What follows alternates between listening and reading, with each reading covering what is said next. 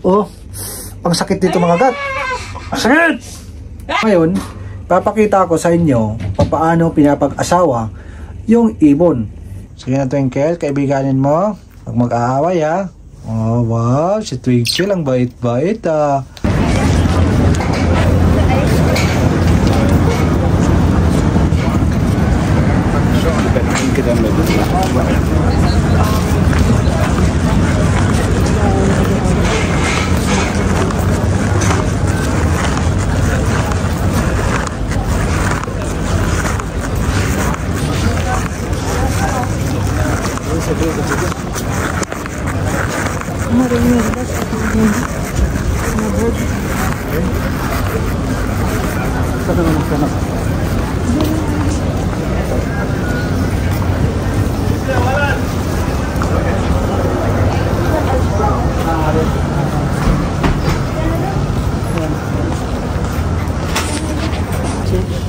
Ayan, nakahanap na kami ng ibon.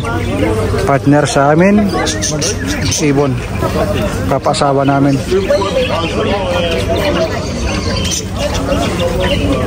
How much is one, bro? This is 40 riyal. 40 riyal. Sige na, magpili ka na. Ano gusto ko kulay? Kahit ano? Yung itim may itim. Okay na. Yung may itim mo. Huli. Blue color. Sure ha? Maybe this one gay. Bibili kami ng ibon. Yan, dami dito mga rabbit oh. Sarap na ano yan, kilawin. Kilawin. Lechon yan, di ba? Mayroon siyang kung ano nilagayan mo. Lagyan mo yung cup mo. Oh, mga babies yan. Maliliit. Mas mahal yan. Mga maya yan.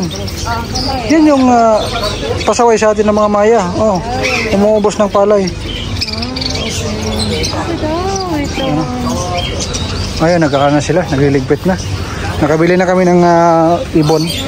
Papaasawa namin dun sa isa. Kasi namatay yon si Star. Yan mo, alam maganda oh. Bili tayo sa susunod. Oh, diba? Dami dito. Ayan. Ano sila mga itik? Rabbit. Pero lang, masarado mo itong beef. So, punta muna kami doon sa iba pang mga shop para magpakita ko sa inyo. Ito dito yung mga bintahan ng mga ibon. Okay? Ang cute-cute. Ang cute-cute na ng mga nagbabantay. Oh, yan. Ayan, si ate. Tawa niya hanggang tinga. Parang sa...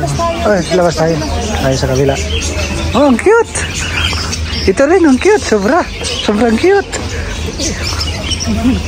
Ito yung ating ibon. Namatay yung isa. So ngayon, papakita ko sa inyo paano pinapag-asawa yung ibon.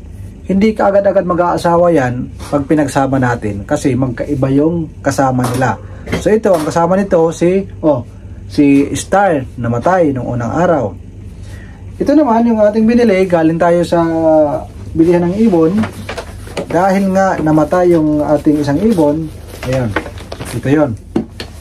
Hindi yan kaagad-agad sila magiging kaibigan. Ito ay lalaki, ito naman ay babae. So papaano nga ba papag-asawahin yung babae at lalaki na ibon? Hindi yan katulad ng yung mga nakikita na pag pinagsama natin ay yung naghahalikan sila, sweet na sila. Ito kasing ibon na ito kaya tinawag na live birds kasi napakalambing nito sa isa't isa pag asawa nila.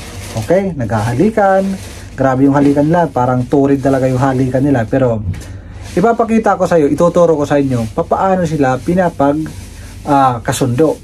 Kasi makikita nyo ngayon na hindi ito magkasundo. Ito yun oh, nasa loob. Pasok natin, okay? Dito tayo. Ito naman si Twinkle. Si Star, kamamatay lang 3 days ago. Ito yung babae.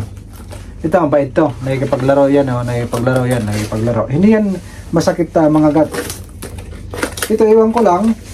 Sana hindi siya salbahis. Kasi nung si Star, bago natin na dinala dito, nung kinukuha ko siya, grabe, sobrang sakit mga gat. Iwan ko lang ito, sana hindi katulad kay Star.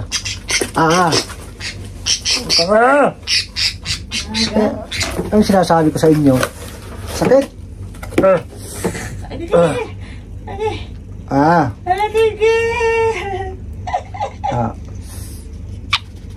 Oh, ang sakit dito mga gat. Sakit! Oh, sakit. Ang sakit niya, ang sakit.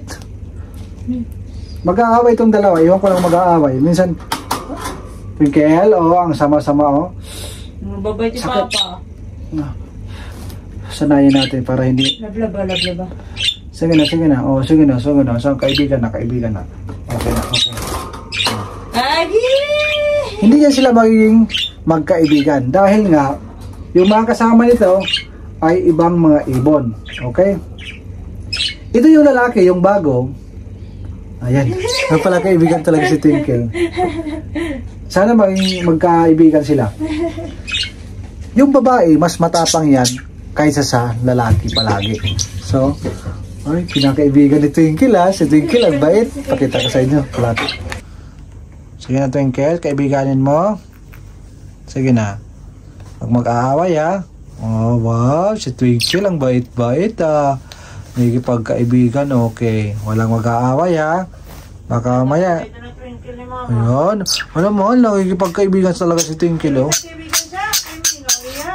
Wow, kawawa naman yung Twinkle namin. Sige na, kaibigan mo na kasi kawawa yan.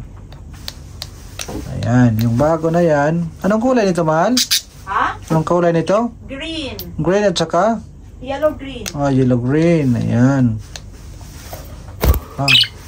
Ayan, hindi pa sila magiging magkaibigan yan. Kasi makikita nyo yan, kung magkaibigan yan sila at mag-asawa na, pag naghalikan yan ay turid yan masyado. At saka nagkakamutan yan sila. Napakalambing. Wow, si Twinkle. Ayan oh. Ayan.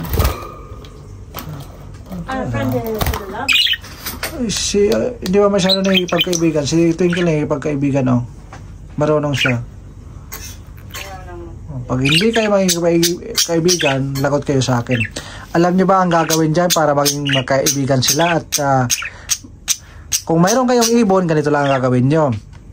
Pag hindi sila nagpapansinan, ang gagawin nyo lang is papaliguan nyo lang sila para yung kanilang amoy ay magpareho. Kasi nga si Star o si Twinkle, yung kasama niya is si Star, yung amoy niya maamoy nitong bago. So baka hindi magustuhan at ang kasama din nito ay iba. So para magpareho ang kanilang amoy, papaliguan natin sila ng pareho ang isasabon natin sa kanila para yung yung amoy nila ay magpareho. Once na magpareho na yung kanilang amoy, so dyan yung time na magkakasundo sila. Sana yung nakikita natin ngayon, parang tingin ko ay magkakasundo, pero makikita natin mamaya pag matulog sila. Kasi pag natutulog yung ibon, makikita natin yan na magkasundo kasi magkatabi talaga sila. O yan. Wow, mahal. Nagkakasundo sila o nagipaghalikan o. Wow, gusto ko. Kasi yung una namin ibon, nang pinasok ko siya dito, grabe, nag-aaway, nagkikis sila. Wow. Wow. Wala, nagkikis na sila. So, ayun. Magandang side kasi nagkakasundo. Hindi ako mahihirapan. Kasi sa una, hindi sila nagkakasundo. Alam mong ginawa ko? Gumawa ko ng napakaliit na karton. Pinasok ko sila doon at pinaliguan. Kinabukasan, magkasundo na sila. Yun ang ginagawa. Yan ang ginagawa kadalasan pag hindi nagkakasundo ang ibon. Pero parang magkasundo sila. So, sa tingin ko, ayan, nakita ko, parang nagkikis sila. Ayan. Magkakasundo yan sila. Okay? Ganun lang ginagawa ko. Ang ginagawa ng mga nag-aalaga ng ibon, pag hindi nagkasundo, paliguan nyo. Kailangan pareho sila ng amoy para magkasundo sila. At pagsamahin nyo sa napakaliit na karton. Okay? So ito, panalo to. Good sign ito. Magkakasundo ito mga kaibigan. Panalo